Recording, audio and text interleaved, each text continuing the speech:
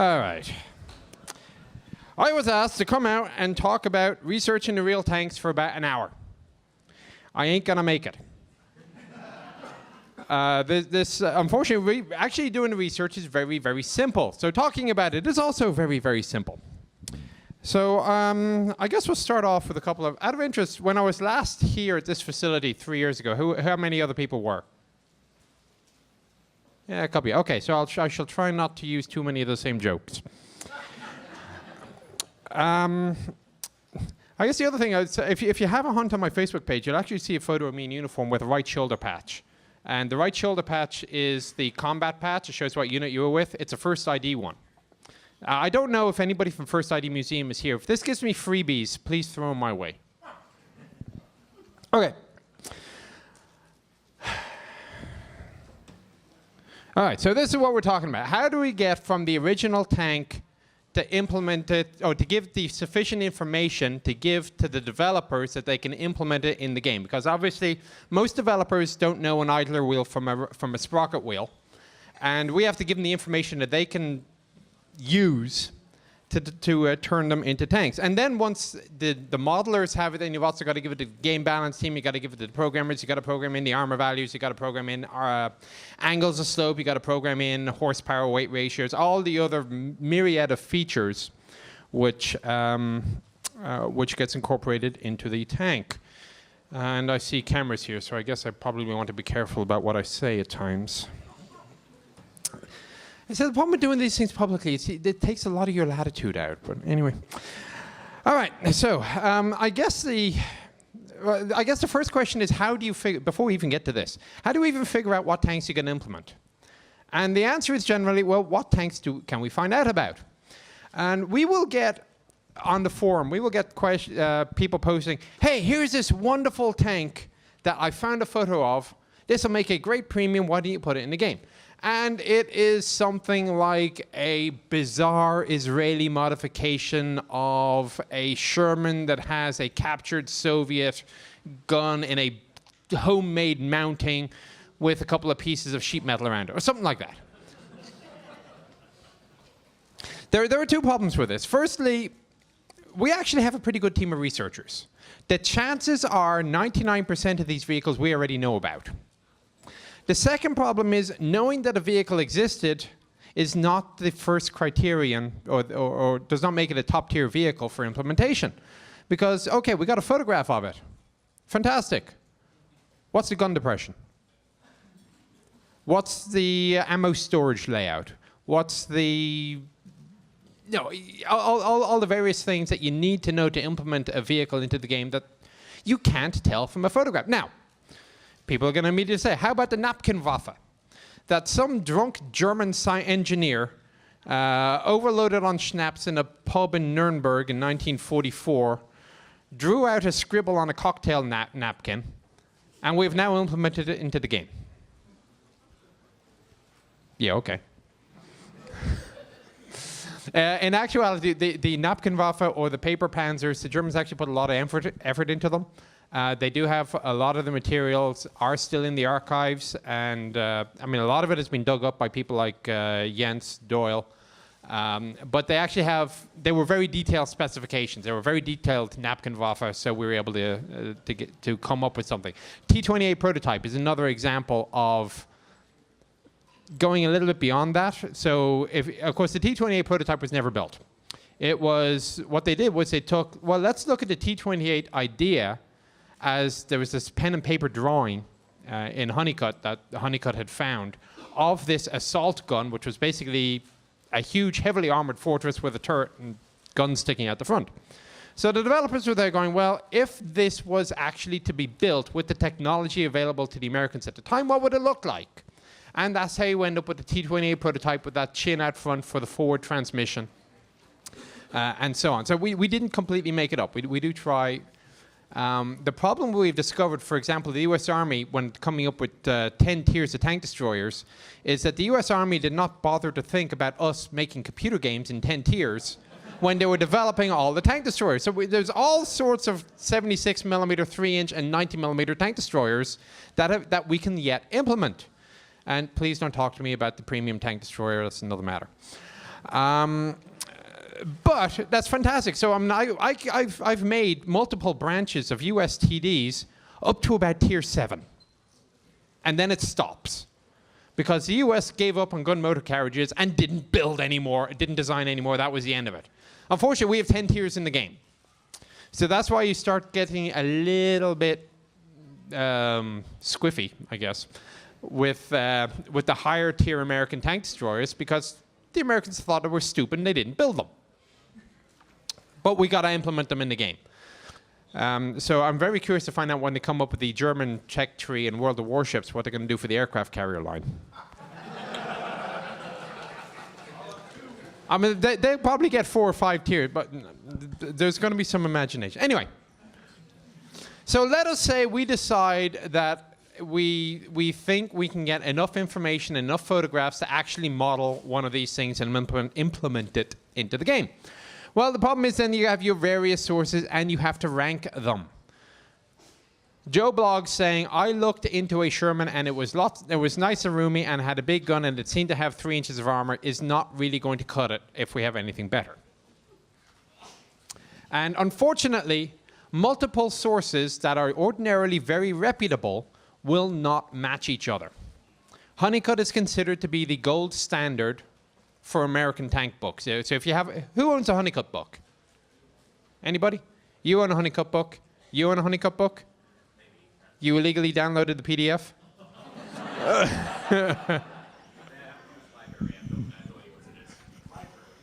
Library? Okay, libraries are good. Your typical Honeycutt book will go for $300 to $400. That's probably why most of you don't have one. But the reason they go for $300 to $400 is because he is the gold standard.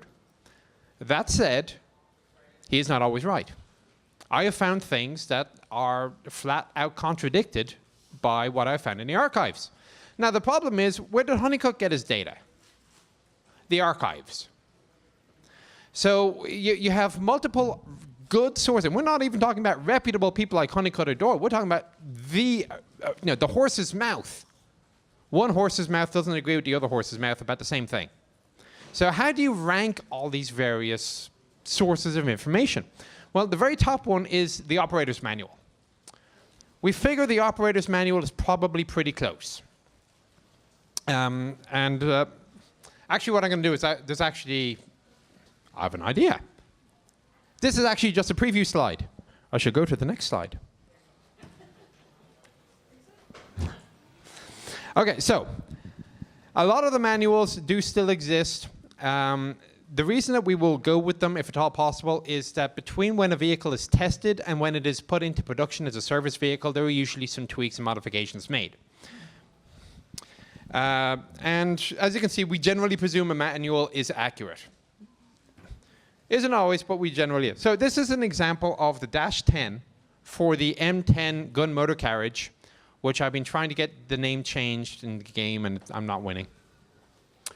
And it's got a couple of different things. So in addition to how do you use the vehicle, which in fairness, the correct starting technique is not necessary to know to play World of Tanks. It has pages of tabulated data, which if you were to look at it, it's got the basic stuff, length, weight, track pitch, how many links per track, ground pressure, all that sort of information that is actually useful in the game. And they also have very helpful labeled diagrams of things as they would be configured in battle. So you go to one of the museums. Let's say, for the sake of argument, they had an M10 out in the yard here.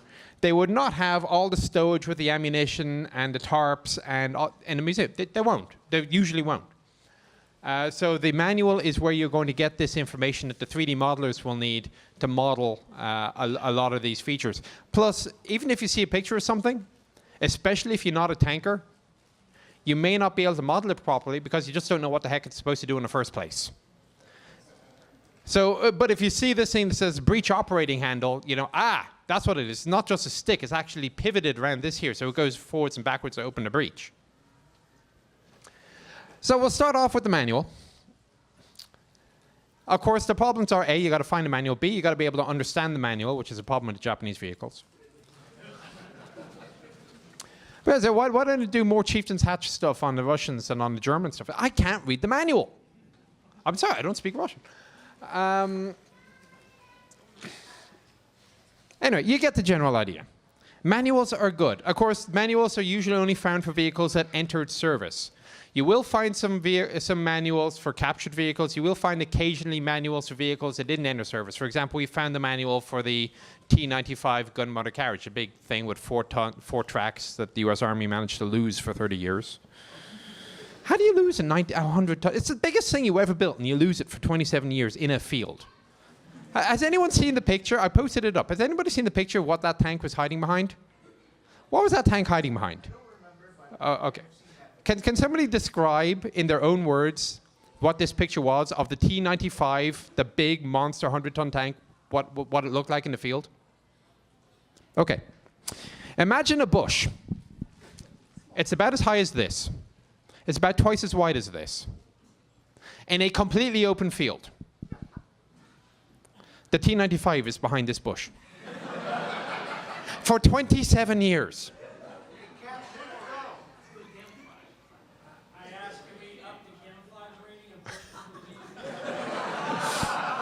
Well, I thought it was already a perfect example of World of Tanks spotting mechanics in operation. I'm pretty sure I have it on my Facebook page. If not, I have it on the forum. And I'll just put it up in a random musings thread, and you can see it again. It is the most insane thing ever. Anyway, back on top. I have this terrible problem. I'm Irish. I'll go off on tangents. And then I'll go off on a tangent on the tangent. I'll come back and I'll go back down the first tangent. Anyway.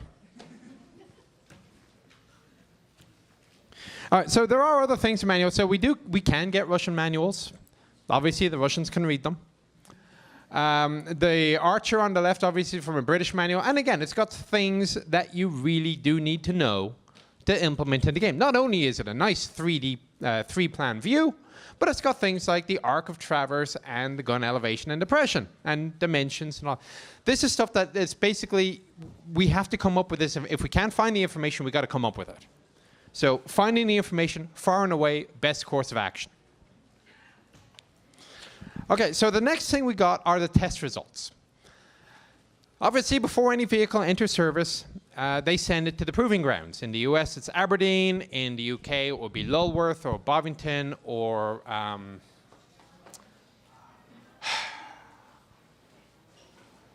it's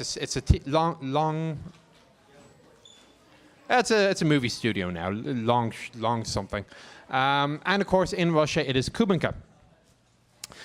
When they get their vehicle for testing, at least what the US does, and I presume the other ones do as well, the first thing they do is they take it to have photographs taken, and then they take it to get measured. And it is a standard form on the left. It's a fill-in-the-blanks form, so that's why some of it is typed in hard type, and some of it is just copy type. And on April the 14th of 1942, those were the measured specifications of the, 37 millimeter gun motor carriage T-13, I think it is. T-14? Yes, you are correct. Sorry. Bad Nick. And you can't argue with them. As I say, by the time they get to the production and development is completed, some of these configurations may have changed because they will find mistakes. They will realize that, you really need to have the idler wheel go further forward in order to get out of ditches, which is something that they missed on the M114 if you ever see one of those. But they are accurate, they were specific, and you know that there is sufficient information for you to implement. Plus, they also have verbal descriptions of the various things that they tested. So you won't be able to read it, but this is, I think, for the T-32 Heavy on the right-hand side. And I think that's where it says something like, the gun depression is supposed to be 10 degrees. The specifications call for 10 degrees, but in actuality, we could only do 5 when we tested it. In the game right now, it is 10 degrees. We're not planning on changing it. And we're going to come back to that in a moment. Usually, these test results will also explain why and how important it was to fix it. So when it said the gun depression is only 5 degrees and we're not entirely sure why, it was deemed down to be basically a design flaw, manufacturing defect, which would be solved would the T-32 actually enter into production. That's great. I waffled on for 20 minutes so far. I was afraid we'd be in the Q&A section so far. Okay. So at the top, you'll probably recognize the armor model for the T-69 medium tank. If you haven't looked at it, it looks like that. It's a patchwork. It's a bizarre quilt of squares. We didn't just come up with that off the top of our head. It used to be a much more homogeneous sort of armor scheme. The reason is the picture at the bottom. As part of the testing process, the US Army will take, and most other armies will as well, they will take a real vehicle or a real turret or a real hull, and they will really shoot at it to see just how good it was at stopping incoming rounds. And before they shot at it, they measured it in great detail. They would carve up with chalk whatever it was they were testing into over 100 pieces, about 14 inches square, 10 to 14 inches square. And they would measure each numbered square in 5 places. And that would then become this massive list of data. So 29.1, which is always at the top left, 0.1, 2.3 inches. 0.2, 2.4 inches, 0.3, 2.45 inches, and so on. And with all that data, we could then implement the armor model into the game. And that's, we got the squares, we implemented the squares. That's why the T-40, the T-69 looks like that. There are a couple of other vehicles who've been able to do the same thing. The M103 is one, for example. All right, next option, go to the real thing. We've generally been okay with museums walking up. Excuse me, you don't know me from Adam, but do you mind if I climb over your tank with this thickness gauge and measure it a bit? And usually they're quite good about it. Up until recently, we had pretty much the run of museums. And so you see me there, happy as Larry, in Fort Benning on top of the T-29 with a thickness gauge. Now here's the problem.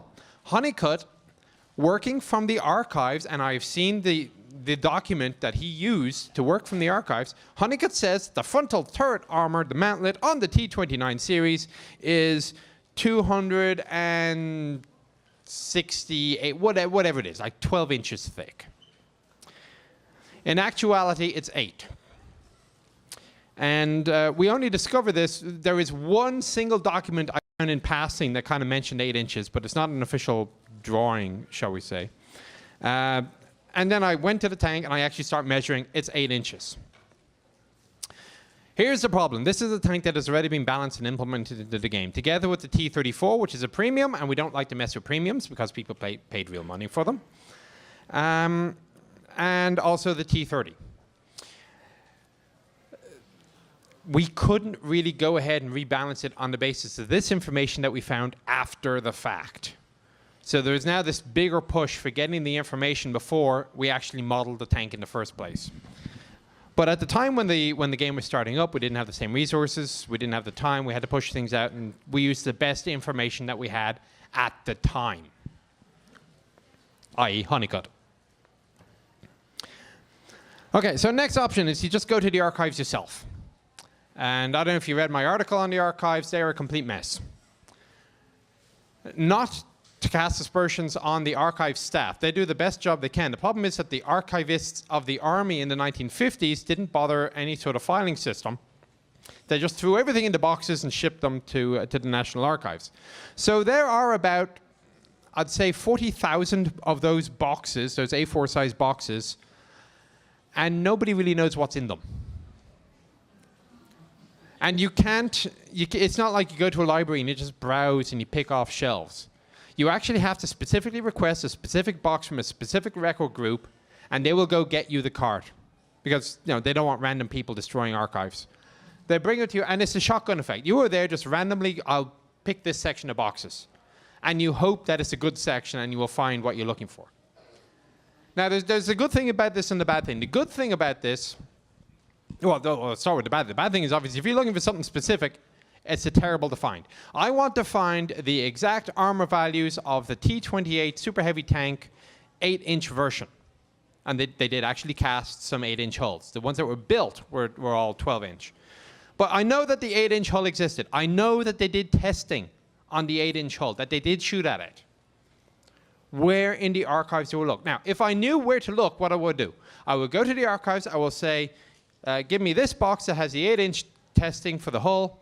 They would go, they would give me the box, I would look at it, I would get the information, I'll say, thank you very much, close the box, send it back, and we're done. Because I don't have a clue where anything is, and I'm just randomly looking for stuff, it's great because I'm finding stuff I didn't even know to look for, because they'd been lost to history. So it's great for finding new stuff, but you got to devote a whole heck of a lot of time to do it. So when I go to the archives, I'm there about a week at a time. I run 12-hour days. I don't eat lunch, which is a nuisance to the people I drag along with me.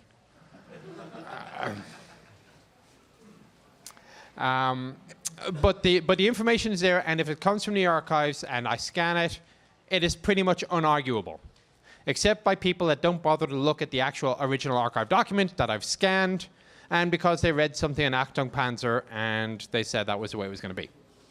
Arguing with those people is difficult. I will have a Q&A time at the end. Another thing on the right, is that a T92 or a T71? I think it's a T71. They would come up with these spec sheets. They were not as accurate as those done by the archives. Correction, by the testing grounds at Aberdeen. But, especially for things that were never actually built and tested, these are as good as we're going to get. And no, this is not the oscillating turret T71 that's in the game. There were competing models. But it's got basic dimensional info on the top. It's got all the armor values, horsepower values, and all that at the bottom. It's the 95% solution. We can do better.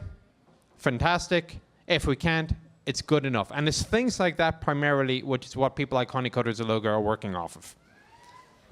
A good source, an unimpeachable source, not necessarily the most accurate source. Okay, and then you got published literature. Things like Honeycutt, or Zaloga, or Baryatinsky, or the stuff that you go on Amazon, on eBay, you buy the book, you download it, and you start flicking through it. Usually pretty good. Some authors are better than others. Yeah, basically just make a judgment call as to how good you think that author is if one is in conflict with the other. Check the sources, check the citations, and hope for the best. That bookstore, incidentally, who's that guy from Brussels? Is he here? Ah, okay. There was a bloke I met outside. He was from Brussels. That is a bookstore in Brussels. Every single one of those books is military. It is an astounding bookstore, and you can get to it if you go to Brussels by the subway, by the metro. PM me if you ever go that way. It's, you could spend a lot of money in that bookstore. I did not have the corporate credit card. Sadly, I only left with 1 or 2 books. And it's actually interesting. If you look at an American bookstore or magazine, the World War II history magazines, versus those that you find in, let's say, the Czech Republic, it's night and day. We're amateurs. For whatever reason, we like the superficial stuff that has a good circulation. The Eastern Europeans, they do incredibly well-detailed stuff that has a circulation of about 300 people. But if you can find it, nothing's better. It's very strange, the cultural difference between the continents on this. Okay, then you can just go to Google. Open source photographs. So not necessarily as good as official Aberdeen testing ground proving photographs, but they will at least help the 3D modelers figure things out. All right, now you get to what I call scraping the barrel. Things that, if we have nothing better, we will use it because nobody can prove us wrong. and that's, I build scale models as well, and that has been my philosophy a lot of times. Is I built it. If I cannot find, with my resources, the information that I need to make this right, no way anybody can prove it's wrong. So, for example, the vehicle on the left is a Chieftain Mark II. So we all know Chieftain's coming in as a tier 10. We were looking to make it a Mark II. Now it looks like it's going to be a 6 or a 3. But it was very, very difficult to find good photographs on the materials we had. I mean, we got Griffin's Chieftain book. We've gone to the Tank Museum. But for whatever reason, finding good reference photos for us seems to be very difficult. It seems to be a lot of the modelers are people that have personal photographs in their own personal collection of tanks that they were on back in the 50s and back in the 60s and 70s. They make models of them. They post up what the models are. So you can see by the difference in color what the changes are between the Mark II and the Mark V that the kit was originally based off of. So we send that to the 3D modelers, and they go, aha, look, the headlights are different. A Chieftain Mark V has twin headlights. It's got the IR drive and it's got the white service drive. The Mark II had a single large headlight in a smaller cage.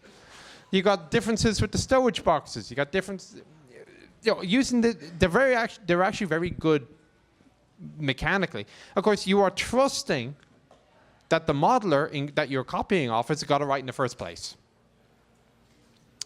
But again, it's the best information you got. Who's going to prove you wrong? And then you got other random websites, Wikipedia, Achtung Panzer. No, we do put these at the bottom of the list, with good reason. But again, if that's the best we've got and we really want to implement this into the game, we'll take a look at the data. Sometimes they source it correctly, and we look at the footnote. If you go to Wikipedia, look at the footnote, link it back, see where it comes from. It might be reputable. Okay, now here's a problem example of implementing a game. Now I'm sure there's a talk a little bit later about art department getting things in and how they actually do it. But those of you on PC, how many of you remember when the T54E1 looked like this? Back in about 7, 8, okay, you do over there. Very, very, okay, a couple back there. Very, very blocky. Vertical, sort of a vertical front, definitely vertical sides. Here's the problem. All we had to go on was Honeycut. The Honeycut gave us a 3D plan. The modelers did the best they could with the 3D plans. Well, the lads asked me to go and actually measure the thing because we had no reliable, I mean, we had some basic armor values, but we wanted some better armor values. So off I go. So here's some more, yeah, so this is the original again. Very square back end, using the photographs from Honeycut and the plans. So it looks pretty reasonable. Until I actually go to Aberdeen, and I find this thing sitting in, as you can see, in a field, in an overgrown field. I had to go on a gravel trail for about 3/4 of a mile into the backwoods of Aberdeen to do this. T54E1 sitting lonely and abandoned and neglected. And I start measuring it. And up at the top right corner, all those little dark splotches, that's the ultrasonic gel that it used to... So the armor value that we have in the game is as good as you're going to get. But you can see that it's actually not as blocky as it was originally implemented. Not as blocky as the line drawings actually said. So we sent this back to the 3D modelers. Hey, 3D modelers, you got it wrong. Here are some photographs. It's much more smoother. It's much more angled. It is not as blocky. So they changed it, and they made it into the current model we know and love. And of course, I have physically seen this thing. I know what it really looks like, and I look at the new 3D model that we currently implement. It is still wrong. So I follow the tank. The tank is now sitting, as of a year ago, in Anniston Army Depot, Alabama. And I get to the point, right, I go down to Home Depot, I get masking tape. And I start gridding the turret on this. And if you, I mean, look at the top right photograph. You see how that kind of angles sideways? And compared to the 3D model, it is completely wrong, but it was the best we could do at the time with the information that we had available to us. So, I have photographed this. I have sent this off to the modelers. I've seen the reference folder that they use for the T54E1. It is in there. So when it gets into HD model, I presume they will actually get it like the real vehicle. And there's a couple of others like that. I did it with the M7 medium, which has a curved front. I've done it with the T69, which is also compound curves. Excuse me. But that's just an example of some of the difficulty that we have. We can have all the resources in the world and still get it wrong.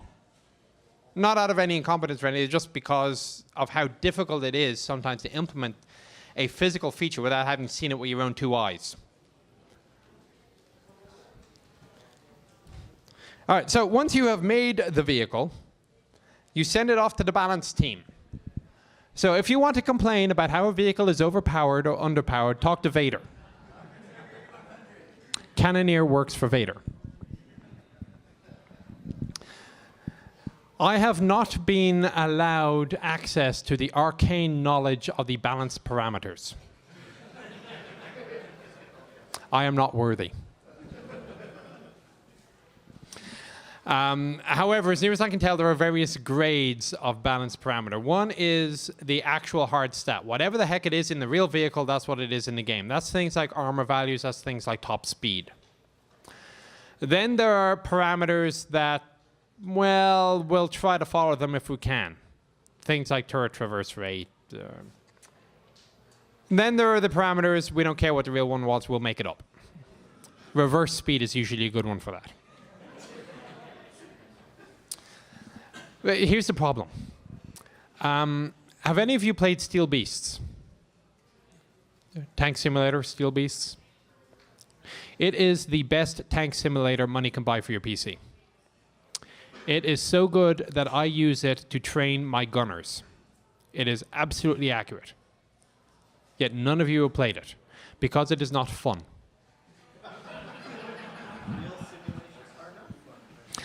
That's the problem. I mean, there are a small handful of us that play the game and do enjoy it.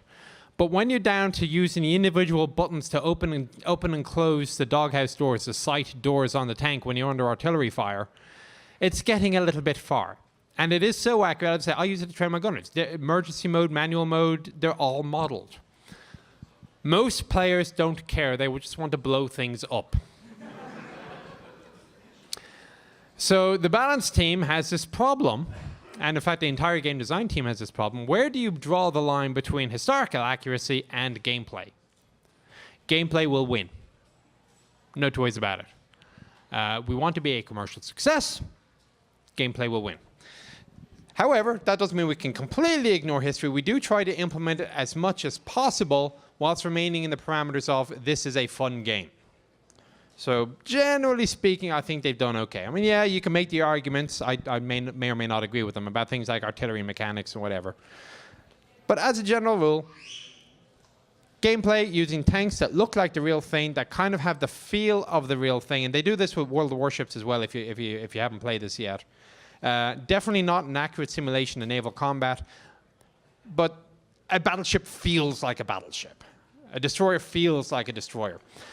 And in fairness to the ship guys, the ships and airplanes, for doing the research for those, it's very easy. The naval archives are outstanding in pretty much every country, including the US.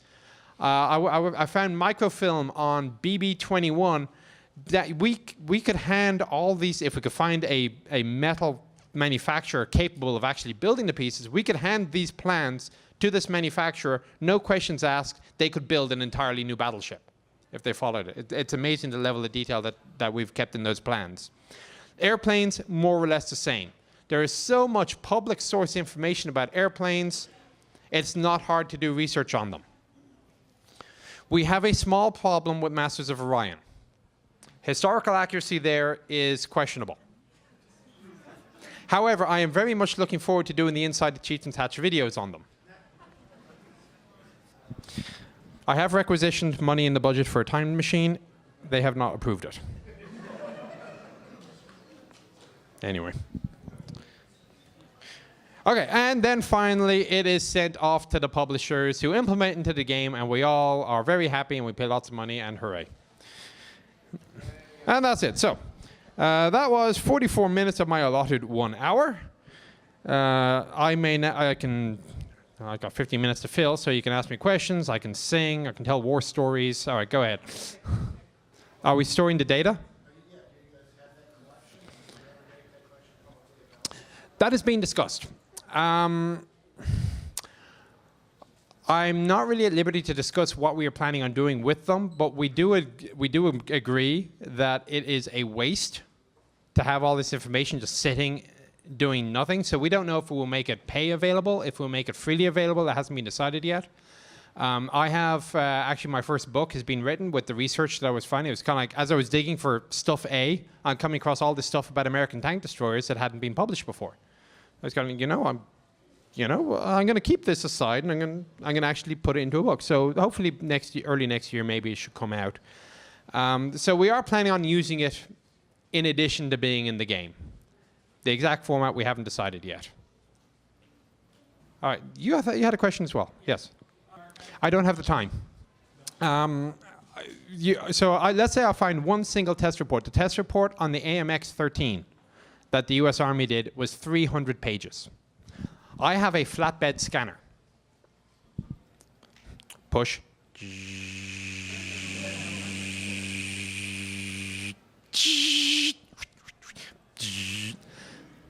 I'm only there for a week. I got 40,000 dot boxes to get through. And in actuality, I will usually get through maybe 300 in a week. I don't have the time to digitize everything. Stuff that I really know I'm going to use, I will flatbed scan. Stuff that is interesting to know, and maybe I'll use it in a Chieftain's Hatch article or something like that, I'll pull out the cell phone and I'll flash pages, which the archives don't like because they want every single page to have a declassified sticker visible in the photograph, which means theoretically it's click, move, declass sticker onto here, click, and it's not much faster. And then there's stuff, I record where everything is. So I can go to my archive reference and say, box number kilo 943 had this document, this document, this document. Things like the effect of mold on rubber components of the Army 2.5-ton truck in the Pacific Theater, I don't think I need to copy. And you will be amazed how many boxes of mold investigations are sitting in those archives. All they do in testing is they test how good the tank is, does it work? No, they will go down to the most innate level of detail. We are testing this manufacturer's spark plugs against this manufacturer's spark plugs. And each one requires a folder of all the documents. You got to flick through to get past to get to the interesting stuff. So 98% of what's in the archives is useless to anybody. The problem is finding those extra 2%. Sir, the restoration of the mouse, last I heard, was shelved. I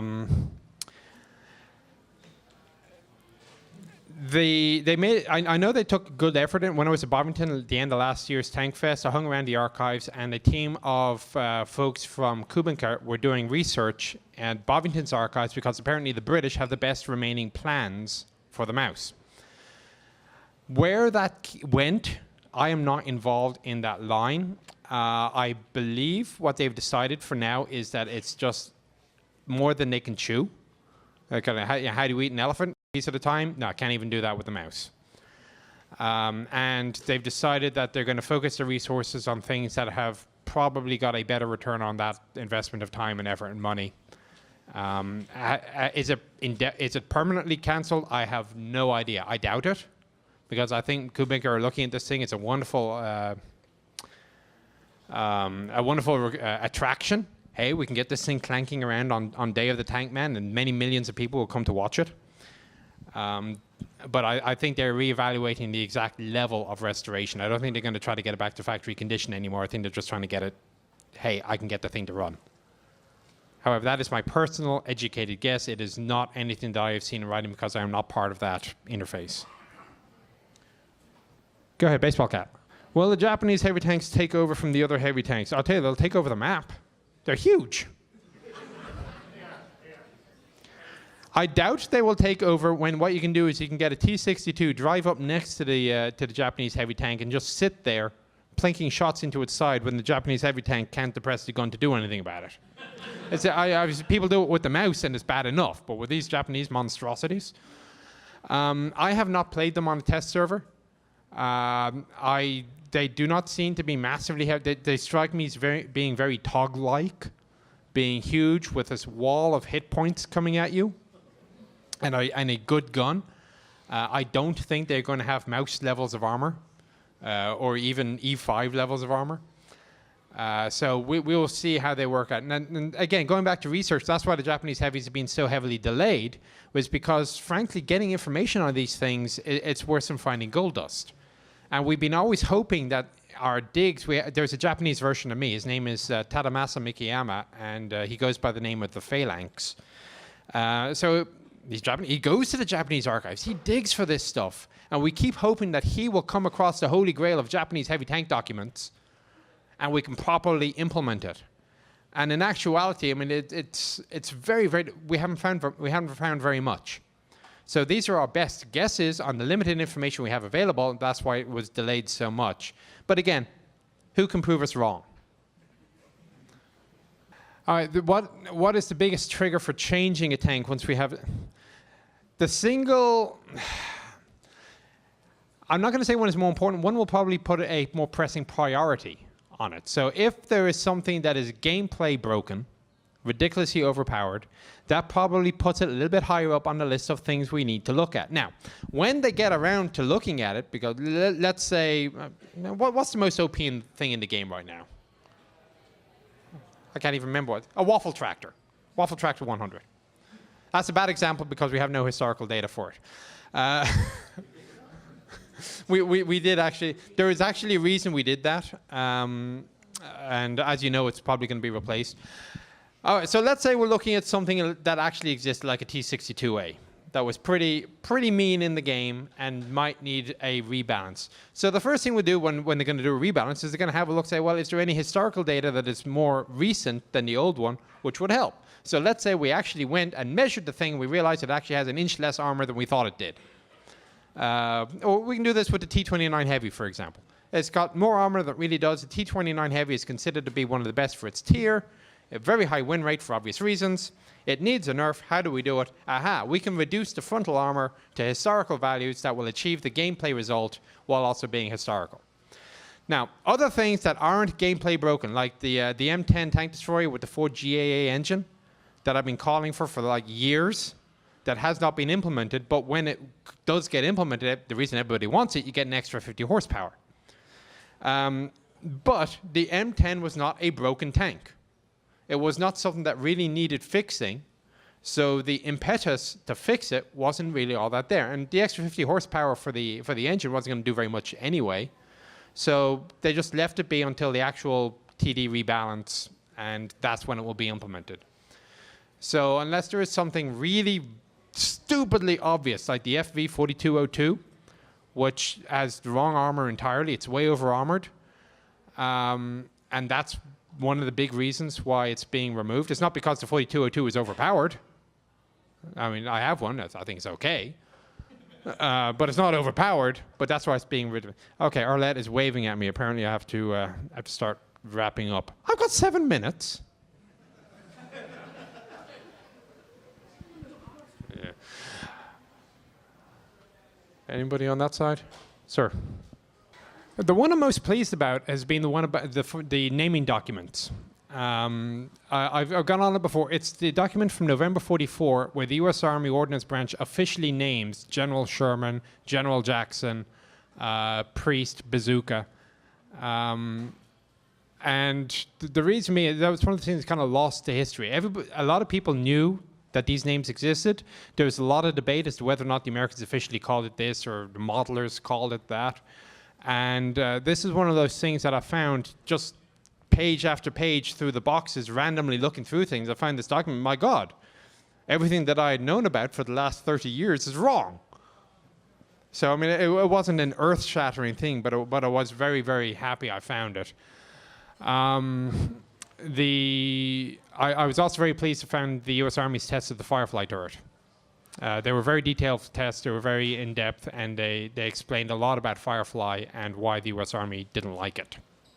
Again, there's very much a lot of myth and misconception about that. As for what is on my current I would dearly love to find list,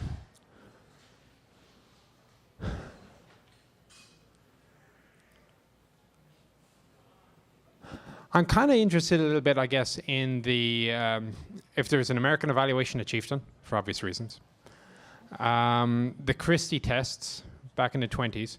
But believe it or not, the single tank that I found the most documentation for in the archives is the T1 Cunningham.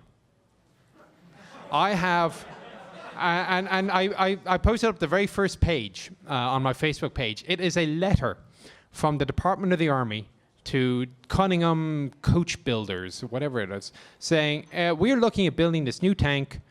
Can we borrow your clutch? Your clutch design.